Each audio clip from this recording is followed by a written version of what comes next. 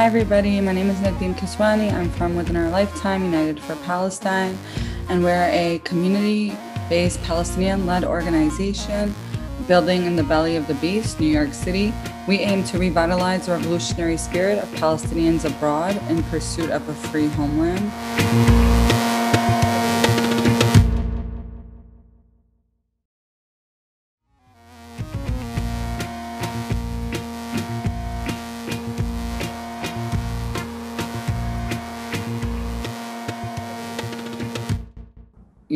They spoke about pulling out of the occupied territories only as something that's consistent with their values and makes it present and clear that their values are just against, if anything, standing against the settlements that are considered illegal under international law.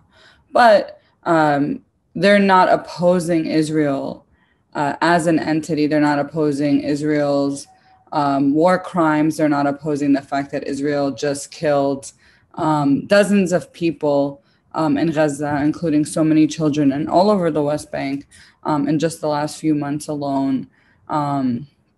Because if they stood against that, then they would stand against the entirety of the settler colonial project. They would boycott it as a whole, not in parts. So to boycott in parts and not in others signifies that the decision is specifically to support or to stand against settlements.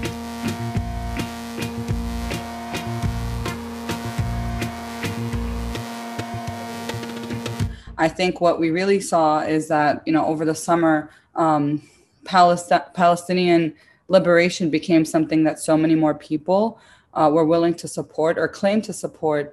And because Ben & Jerry's presents itself as this like social justice woke company, it just made them look extremely hypocritical to operate in settlements. They literally have an ice cream that says resist, it's really ridiculous to have an ice cream flavor called resist and then literally operate on settlements, benefit directly from Palestinian oppression. So I think they wanted to make that benefit a little less direct.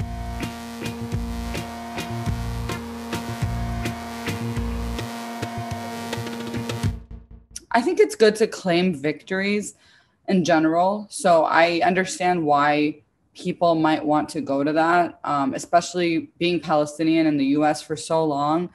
Even just saying that you're from Palestine, it's like synonymous with all these racist ideas that people have about Palestinians, whether they automatically assume you're anti-Semitic, whether they make comments like terrorists and things like that. We're used to a lot of hate and a lot of backlash just for being Palestinian. So I think people get excited when companies like Ben & Jerry's or even people like Bernie Sanders say things like Palestinians deserve human rights, but that's the bare minimum. Ben & Jerry's would divert Palestinian water resources to make their ice cream. So there's also a question of reparations that needs to be had because they benefited from our oppression for so long.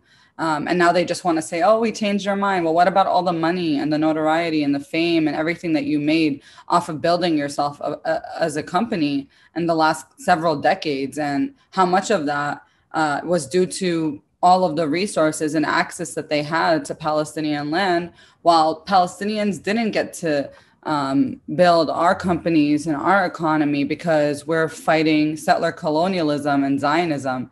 And this entity is building on top of us, on top of our land every day. That's what settler colonialism looks like. And Ben & Jerry's participated in that process.